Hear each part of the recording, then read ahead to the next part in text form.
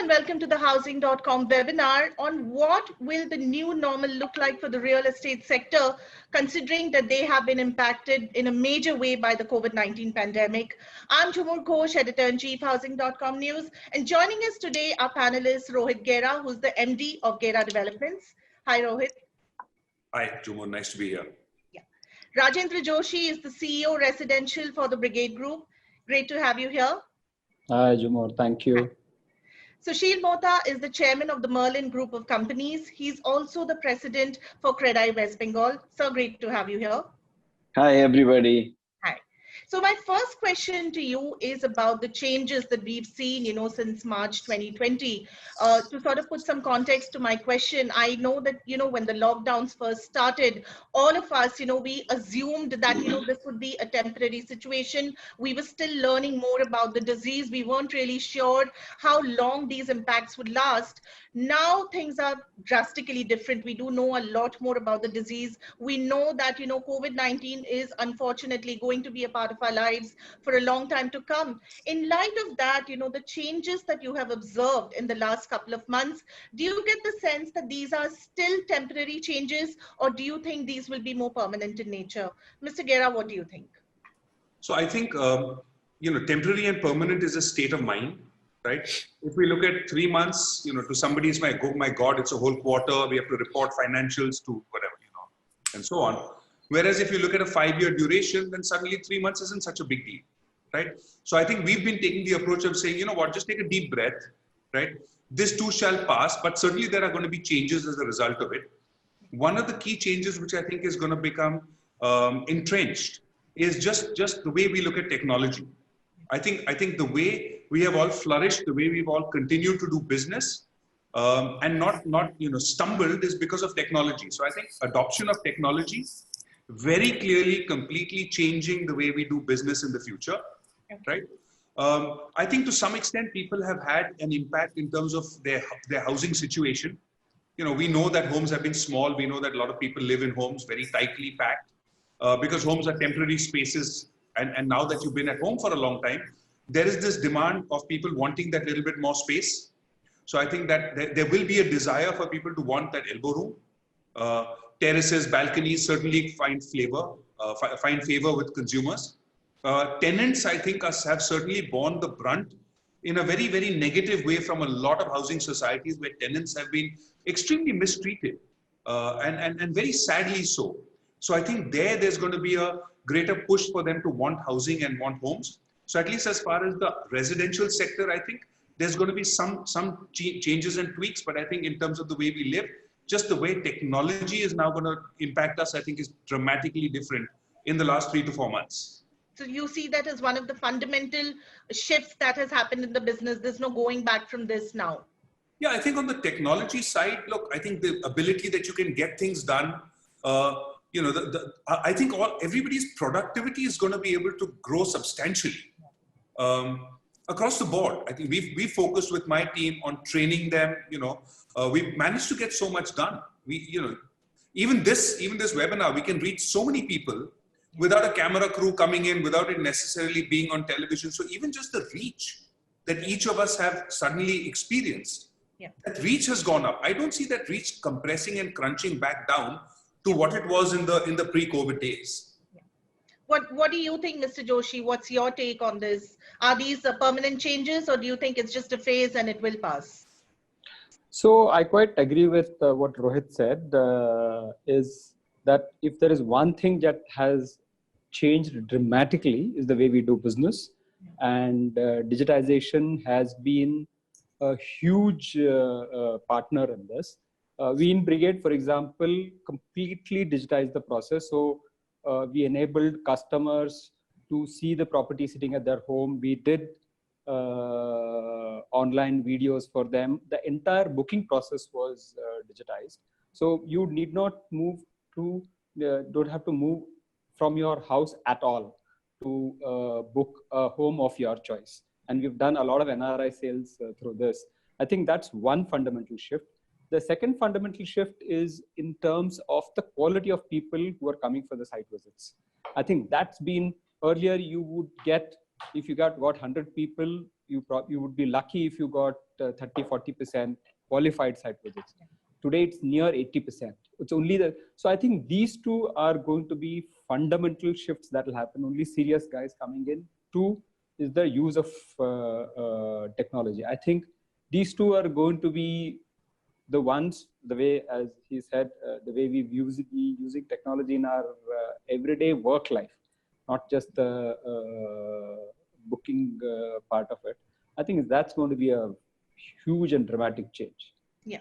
Mr. Mohta, what are the changes that you have been observing and any fundamental shifts, that come to mind in terms of how the business is operating? Your audio, sir. Your audio. Well, I agree with Rohit and Mr. Joshi, and just to add on it, that there will be some changes now in planning also. Like a lot of people will be looking for a maid's room in their apartment because of the problem of, during this lockdown.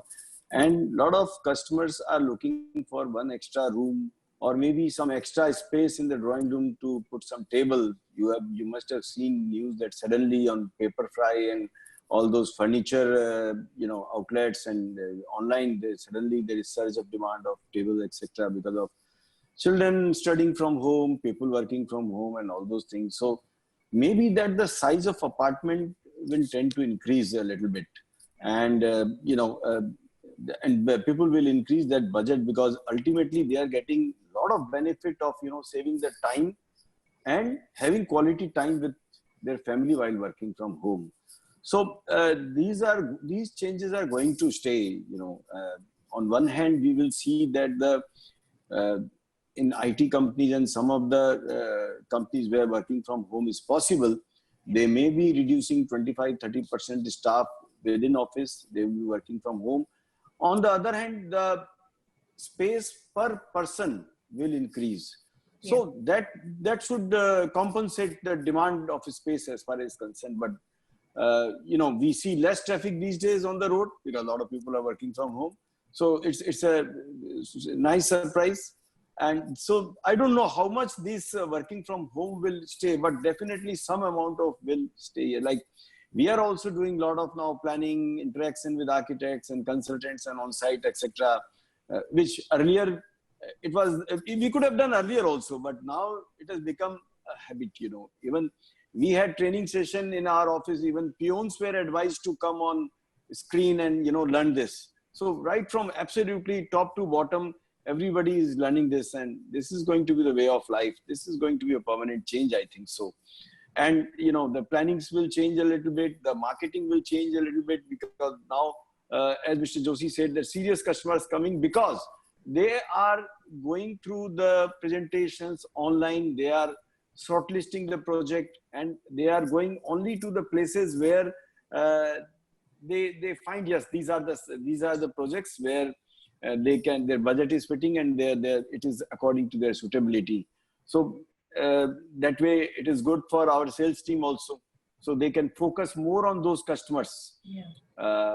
And also I feel that when you come to, you may be asking the market demand supply also, the changes in demand supply also. Yes, there is a little skewed demand at present because of the people are not coming to site, people are afraid, and some people are also looking at economy.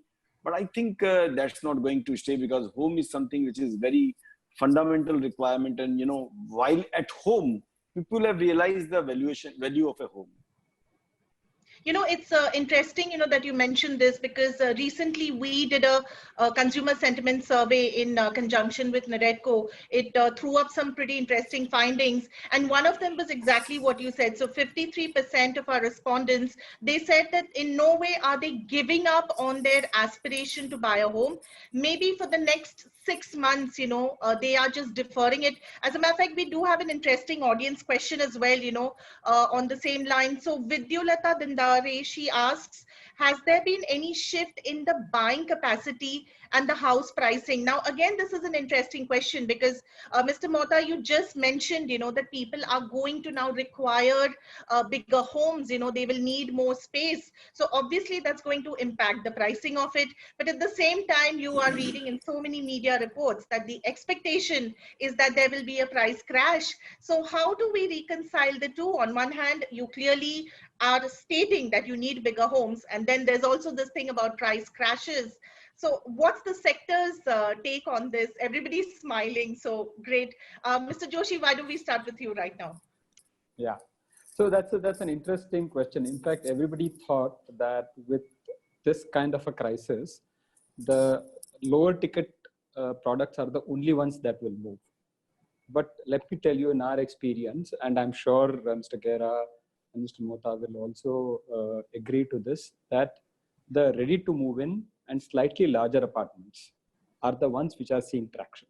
Yeah. Correct. So therefore, I think what is happening today is that the customers are realizing the value of a home, of a larger home. Correct. In our experience, and let me tell you, in one of our projects where in Bangalore's term, it's a luxury, it's 2 crores upwards, while in Bombay, that's not. We are seeing a lot of traction in this time. In this month, we have sold 8 apartments in, when normally we sell about 3 to 4 in that project in a month. So I think what is happening is that people finally are knowing what is the value for money, what is that they value, as both Mr. Gera and Mohta mentioned, that people know what kind of space they want, what value they're willing to pay for that. Is there an expectation of a discount, etc.? Of course it is there, because there is so much of media hype that is being created about, with all the bigwigs of the industry talking about it. But the fact is, given the current cost structures, we were talking about just before this, the very valid point Mr. Gera mentioned about circle rates, the current input cost structures. I don't think anybody would be crazy enough to crash the price. I don't think, unless someone is in a financial despair. And then you should even be wondering whether you would want to buy from that kind of developer. So in my mind, this is what is currently is happening, that people know what is the value that they want to pay. And therefore, it is not just the bottom, the end of the market, which is seeing traction. It is actually the mid and the slightly higher end, which is seeing good traction. So that's the sense that we are getting, and more of the ready to move in or closer to completion. Mr. Gera, what's your take? What is the consumer feeling right now? So, how is the sector going to reconcile? There is the need of a bigger home. There's all this talk about a price crash. So what do you think is happening, both like to answer our audience members' question with buying and selling? So it's interesting. So we know that there's a tremendous need for housing in India, right? So there's a large number of people who want to buy something. When you want to buy it at a lower price. So therefore, there's a large number of people who are cheering that the prices should come down, right? Because there's a vested interest. The flip are those who just bought their homes. They want to see the prices go up. Okay. So we've got a large number of people who want to see the prices come down. Okay.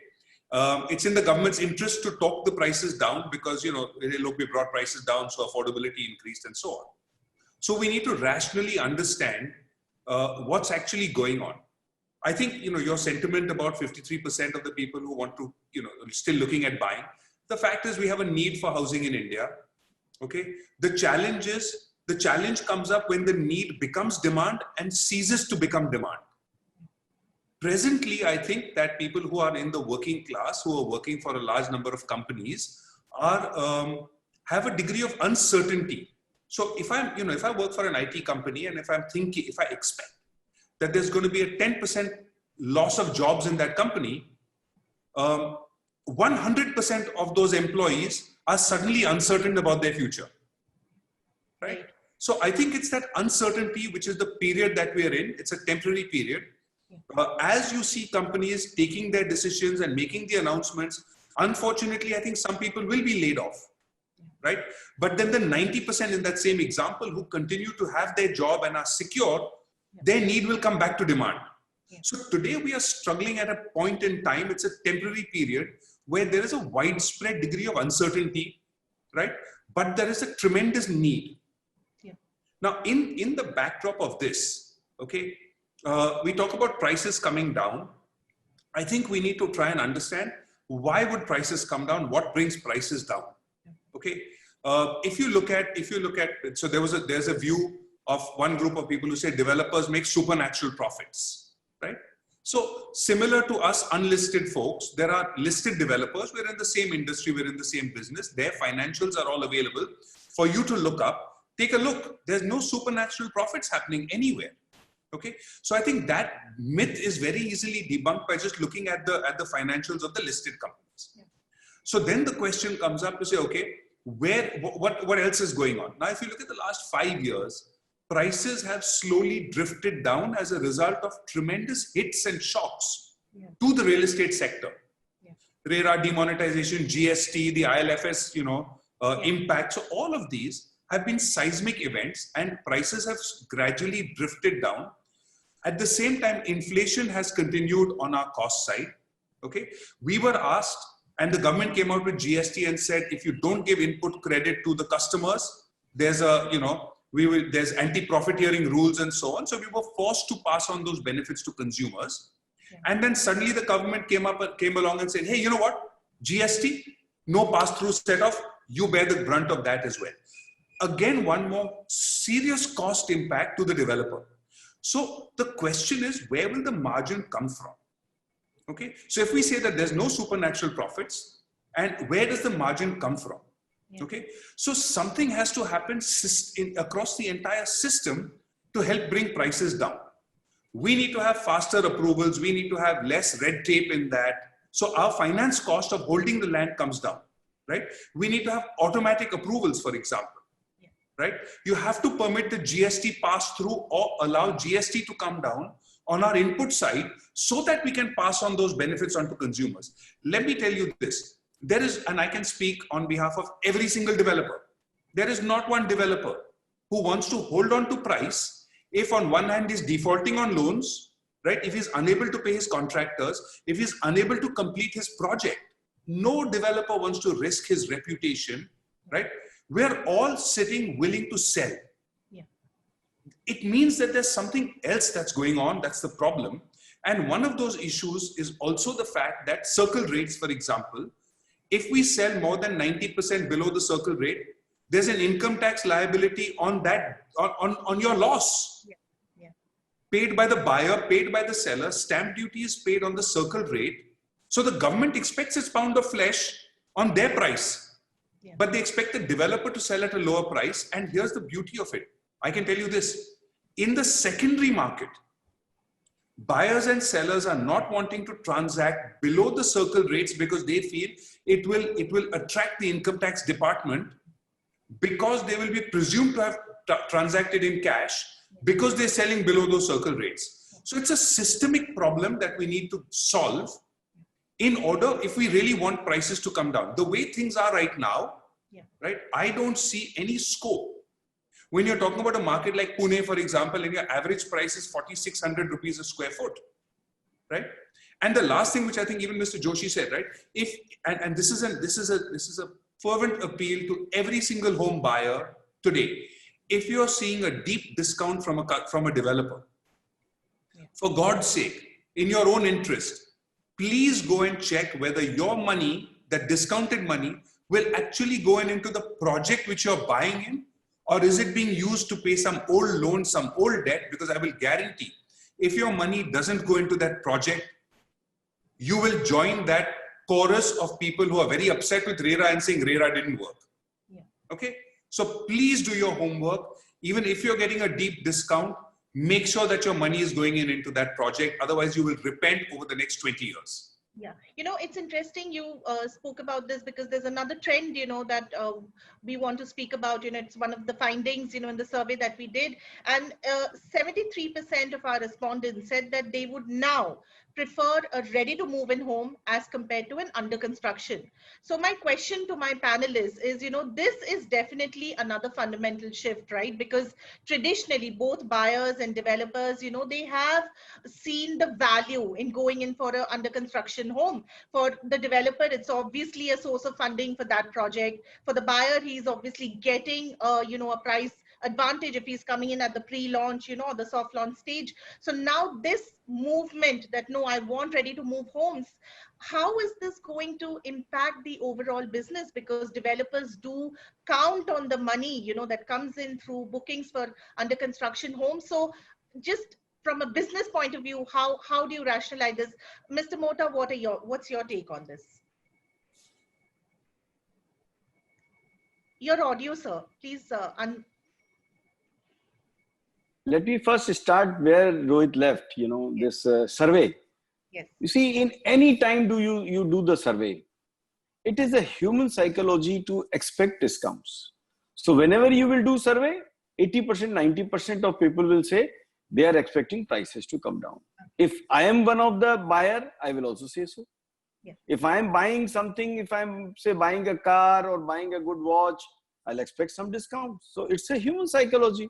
So, just to echo that psychology, some of the politicians, some of the our industry leaders have said prices have to come down. Fine, prices may come down provided, as Rohit said, the government puts its part of the bargain. Now, as far as the developers are concerned, 5 years, no price increase, wafer thin margin, single digit margin. Now, most important thing, if you see in cities like Calcutta and I can say for Calcutta, the launches have come down, new projects have come down. You see, post demonetization, GST, RERA, there is a consolidation, and at least 30% of the projects, with numbers I can tell you, have come down. And post this COVID, there will be 50% launches. So there were 100 projects to be launched, maximum 50 will be launched. So existing inventory is going, existing inventory is slowly getting absorbed. So developer, if wherever there is a margin, he is ready to give discount, provided this circle rate issue is not there. But wherever there is, if I am back to the wall, absolutely there is nothing left, then I will rather focus on whatever I am doing, finish that project, not launch a new project. It is easy to hold a joint venture land, or it is easy to hold a purchase land, because there the interest burden is less than to start a new project. So people are sitting on project. They are not even there. They don't have, many of the developers do not have even money to pay to municipal authorities. We have recently, some of our members have requested to make an appeal to the municipal affairs department that the sanction fees they should be allowed to pay in installments. I think in all over the country this appeal is being made to municipal authorities or the development authorities. So there is no money to start a new project. So you see in 3-4 months time, 5 months time, when the demand will pick up a little bit and the existing inventory slowly moving in, unless the prices increase, new projects will not come. Now, the next point, as you said, that ready inventory. Yes, market is moving towards ready inventory and the new business models have to come. The bridge funding has to come. We need to have those financial institutes have to come forward and the interest rate has to go down. Then only we can take loan, build and sell ready. If I have to pay huge interest and that will eat away my profit, I'll rather not do a project. Yeah. I'll rather, yeah. Mr. Joshi, what do you think? Do you think that this shift, towards ready to move, is it going to force all the developers to sort of go back to the drawing board, change the way they're planning projects? What do you think? Okay, my view is this, that the ready to move in shift is going to be there. I don't think that's going to go away. But as we have seen in Bangalore and in Brigade specifically, there is also demand for the ongoing, correct? Because at the end of the day, you have to remember that if you buy a ready to move in property, then your EMI per month is going to be much higher. So you get an opportunity to move in, your EMI also will be higher. So you need to do that trade-off, and many customers want that graded EMIs, which is why people buy the under construction. Yeah. So yes, right now there is a movement towards the ready to move in, but I think as the economy moves back to normalcy, as we had seen pre-COVID scenario, there would be a demand back to the under construction once people are certain about their incomes, what Mr. Gera was mentioning. I think that that's going to be there. To my mind, in the Indian context, where there is still a potential for job growth, income growth, the demand for the under construction would continue to be there. The second point is that if, as Mr. Mohta mentioned, if you were to move completely towards the ready to move inventory to sell in, as it happens in the Western economies or in places like Singapore, etc., the pressure on the builder margin is going to be extremely high. How will you finance that cost till the completion is going to be is not an easy thing, given the kind of paper thin margins that both Mr. Gera and Mr. Mohta mentioned. We are a listed developer. Please look at our margins. So they are nowhere the super normal profits, as Mr. Gera was mentioning. Some people talk about. They're nowhere there. So in my mind, there would be demand for the ready to move in. But as the economy picks back, and we are seeing that in Bangalore, fortunately, I think the demand for the under construction would come back. Mr. Gera, And if I may add to one point, okay, sorry. No, go ahead. I'll Go go ahead, after go you. ahead. It's fine. So what I have also found in survey and you know the reports and media reports, etc., that customers know that present prices are reasonable. Those who are serious customers, they are no more looking only for price. I think a good developer is their priority. Absolutely. Where their money is safe, whether it is under construction or whether it is ready. Okay, in ready, they pay the money and they get it. But there is also, in there also, there is a post-sale service. Today, the customers are expecting that if I bought a home, you know, later on I must get the service. There are snacks, there are issues, there are sometimes title issues. So every customer wants to associate with a good brand. You see, the brand has a value. You see, tomorrow if he's going to resell it, that a Gera home or a Merlin home or a Brigade home will have a value. That, okay, in so-and-so building, it will have a 10-15% extra premium for resale also. So like if you have a Mercedes car and if you have a Chinese car, there will be difference in valuation, resale valuation, and the brand value and the perception value. People also, those who are, this home is the biggest purchase. This is something very important. They also would like to have that sense of satisfaction, or so, you know, talking in the society that I am living in a Gera home, I am living in a Merlin home or a Prestige home, like that. So the good developer is going to be a priority. The price will be second. Mr. Gera, what's your take? So Jumur, I think this is a really good question, and I'll come to the second part of the answer, and I'll tell you why that is. So I think if you would have asked the question a little bit differently, to say, would you rather buy under construction or ready? I think if you would have said, would you buy under construction from a well-reputed developer? I think the numbers would have been different. We are seeing a tremendous demand. In fact, we just launched a project recently. We've sold like 850 homes. We sold 600 of them before we started the excavation, out of 1,000 homes, right? It's a result of years of delivery, servicing the customers, satisfying the customers, sticking by your product.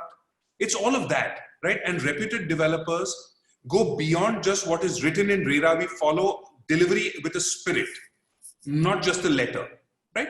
So I think if you ask the customer the question to say, would you buy from a reputed developer? Because here's the thing. Buying under construction offers you certain very strong benefits. And it's not just the price. Look, I found that so many customers today have a personal loan, you bought some white goods, you've got some outstanding loans. You don't go with zero loans and then straight go to buy a home, right? So when you buy something under construction and you start with your contribution, then your pre-EMI slowly rises, right?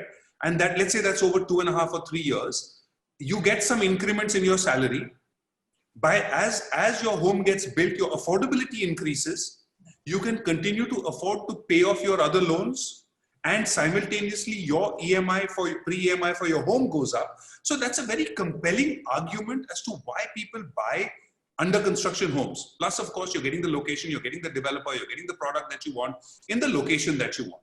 So I think that's one thing. Why I think this is a fabulous question is because I think it's time, and I request you to give me a couple of minutes to talk about this, right? I think it's time. RERA solved one of the problems that developers were taking money that came from sales and was siphoning it off or transferring it elsewhere. So RERA came out and said 70% of the money must go into the project.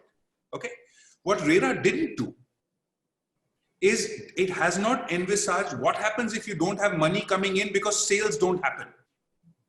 Now, imagine a project, you made 10-15% sales dry out. Where does the money come from? Okay, again, those customers are at risk. So I'm proposing that for a financial institution lending to a home buyer who's buying from a developer where there is clear, defined financial closure, for completing the construction of the project, which means here are my sales, here is my construction finance term sheet signed with a lender. I will not run out of money to complete the construction. Okay, those projects pose a customer a lower risk. You'll agree with that. Therefore, it gives the housing finance company a lower risk of default. Where there is lower risk, the housing finance company must give those projects, those customers, a 25-40 basis points reduction in the interest rate, so that as an industry, we go ahead, give financially closed projects a better interest rate so that the entire sector slowly moves in this direction. Because otherwise, mark my words, otherwise, in the next round, 3 years, 4 years later, when people have launched projects, not been able to sell, stuck because there's no money, some regulator, the Reserve Bank or the government will come in and say, now start selling only ready homes. Yeah. Okay, that's going to kill this sector completely. So I think we need to come forward, realize that we have a potential problem down the road, yeah, and it's the financial institutions that can work with developers. I'll guarantee you this. If they start offering a 25 basis point reduction for those projects which have financial closure, tomorrow morning, you will have at least 200 projects lining up tomorrow morning and saying, look, I've got financial closure, give my customers a lower interest rate, and it will change this sector completely. Yeah. We have to focus on financial closure of projects, and it is important that customers ask this question: where is your money coming from to complete this project? Yeah. That's why I think it's a great question that you've asked. Yeah, and I think, it's an interesting point to raise because we have seen this with home buyers. So, if there's A developer who's very reputed, there's B developer who obviously does not have any kind of a track record, even if it's just a few lakhs less, the temptation is there to go to the less reputed developer. I think this way, in a sense, you're also incentivizing the home buyers, to look for developers with an established track record, and that will be another great cleanup, for the system. Yeah. So it will be like a win-win for both parties. So yeah, definitely, we've been speaking a lot about profit margins, and I'll tell you why I'm asking this question, because we've had a lot of audience questions around, where is the business headed? How do I pull out my real estate business, from the doldrums it is in due to all these lockdowns? Is there a future of the real estate business? I believe, before the COVID, the situation, we were talking about a 12 to 15% profit margins. That's what most of the recorders, the developers would record, that this is what we were doing. Do you think this will bring down profit margins further in a negative sense? And how much of a drop are you expecting, in terms of the overall business? Mr. Joshi, what's your take on this?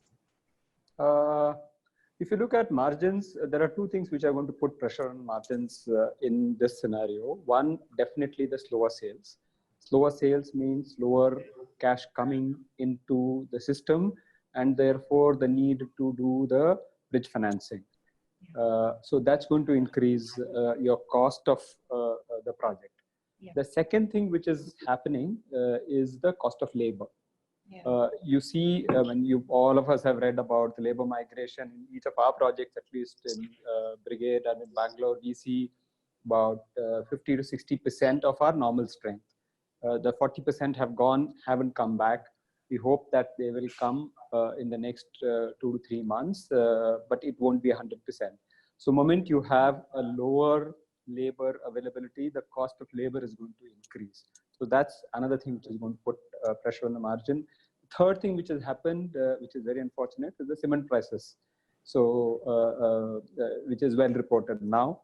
The cement prices have gone up. So some people would take advantage of the situation and move up the prices. So all these are definitely going to put pressure on the developer margins. My own expectation is that if it was 10-15%, we will come down to single digit, particularly in cities like Pune, Bangalore, where the end prices aren't high. And with all this, there's going to be a phenomenal pressure margins, which you will see in the Q1, Q2 results for the listed companies. Mr. Mohta, what's your assessment? Where are the profit margins for the sector headed in this current situation? In current situations, I don't think anybody is looking for profit now. Everybody is looking for liquidating and completing the project, because you see the new projects, hardly anybody is launching. So everybody is focused on, at whatever price level marketing absorbing, subject to circle rate, they are selling. And it is the best time to buy also for buyers, because the home loans rates are lowest. Really? And for NRI, that foreign exchange rate is also very attractive. So there are customers, the sales have come back to 40-50% level in Calcutta and other cities also, I think so. So, the developers are looking for liquidation, whatever is possible. But I can tell you that in 6 months time or 8 months time with the new project, unless the margins are there, at least 15-20% prices increase, the developers will not launch new project. And that is the time when the price is bound to increase, because you see, nobody is sitting here to do charity. So presently it's 2-3 months window. Thereafter the things have to change. This is what my take on it. Mr. Gera, what do you think? This pressure on the bottom line, do you think it's a temporary situation, or do you think that the sector will be grappling with this for some time at least? What's your opinion? I think there are spikes and rises and falls in terms of input prices. This is part of the business, right? We've just been in a prolonged sort of downturn. Yeah. When you take 10 to 15% and you typically take a project that runs 3 years, right? Now you're dividing that margin over a 3-year period. So it makes things even tougher in that sense, right? I can tell you one thing. If I go to my board with to my investment committee with a proposal, which is showing lower profit margins, our simple response is going to be, why should we do it? Okay. Like Mr. Mohta said, you're not a charitable organization. You're an entrepreneur, you're a businessman, you take risk for reward. The reward is the return. Okay. And therefore, if you're not going to get the returns, you're not going to go ahead with the project. What's the next step of that then is the supply constraint kicks in. Suddenly people will realize, oh my God, there's no supply, and there'll be a price rise again. And that brings you back into the cycle of new launches, and now supply comes in, now the prices start rising, and you go into the cycle. This is cyclical, right? So we are in the down cycle right now. At the bottom of the cycle is where you have the margins are the most compressed. New launches come down, and then you start seeing yourself come out of the cycle. So I don't think this is a long-term, super long-term, permanent kind of thing.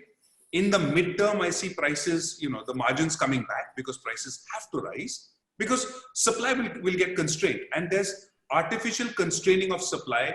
COVID is an artificial constraining of supply. The change in the financial and in the banking sector norms is an artificial constraining of supply. Before that, ILFS, demonetization, all these are throttling the sector and artificially constraining supply. And developers are highly entrepreneurial and highly optimistic, right? A guy who sees a piece of land and says, I can build this on it, and we are optimists by nature, right? We want to continue to be optimistic, but in a time if you're not going to have the returns, even banks today, I'll tell you this: banks are doing a serious degree of assessment. Okay, sensitivity analysis. They're doing their own checking to see, will you be able to repay those loans of construction finance? So if a bank doesn't fund you because they don't think that you'll be able to make the sales and you have the margins to cover them, and you're not able to raise the funding, you're not going to have a project. Yeah. So there's a large number of reasons why the supply will get constrained. Yeah. And then you will start seeing things turn again. All right. So we have time for one last question. So I've saved my most difficult question for last. So I would like, all my expert panelists to sort of try and at least give us some sort of a timeline by when can we see at least some green shoots of recovery in the sector, and which segment, in your opinion, will be leading this recovery? Mr. Joshi, let's start with you. Fortunately, Bangalore actually is where we are. Large number of our developments are there. Is actually seeing a good pickup. Our May sales were better than April, and as Mr. Mohta said, we do expect that in June we would hit about 50 to 60% of our normal sales. In our expectation, assuming no further deceleration in the way we are opening up, we believe by October, November, we should be back to near normalcy, at least in markets like Bangalore, Chennai, Hyderabad, etc. That's our estimate today. All right. Mr. Mohta, what's your assessment? By when can we see any kind of recovery?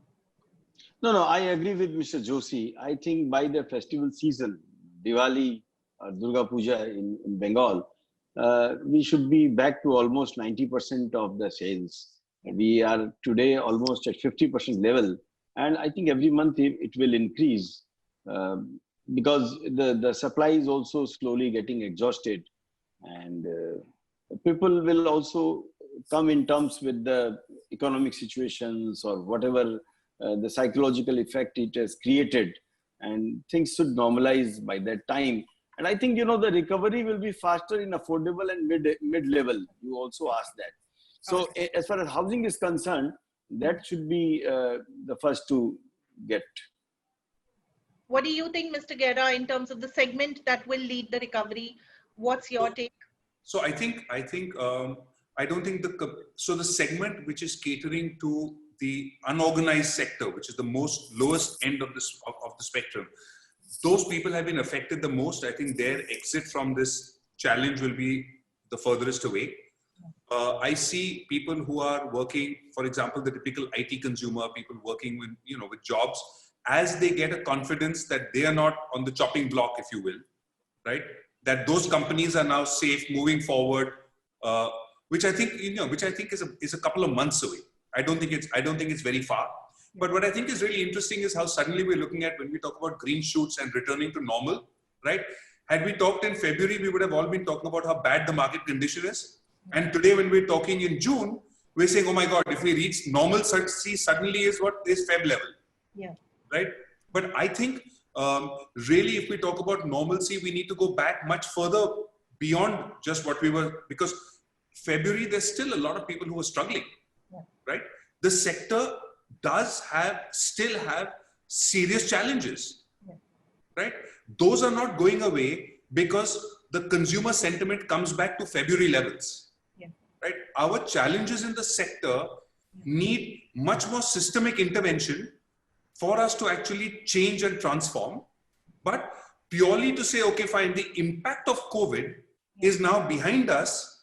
I think, October, November is a good time, that the COVID impact will be behind us, but green shoots for the real estate sector on a larger basis, I think it's at least 12 months to 18 months away. Thank you. I think that's a fairly honest and realistic assessment. So, well, that's all that we have time for today. Thank you so much for joining us. We will be seeing you soon. Till then, stay safe and stay healthy. Thank you. Thank you. Thanks very much. Thank you. Bye-bye.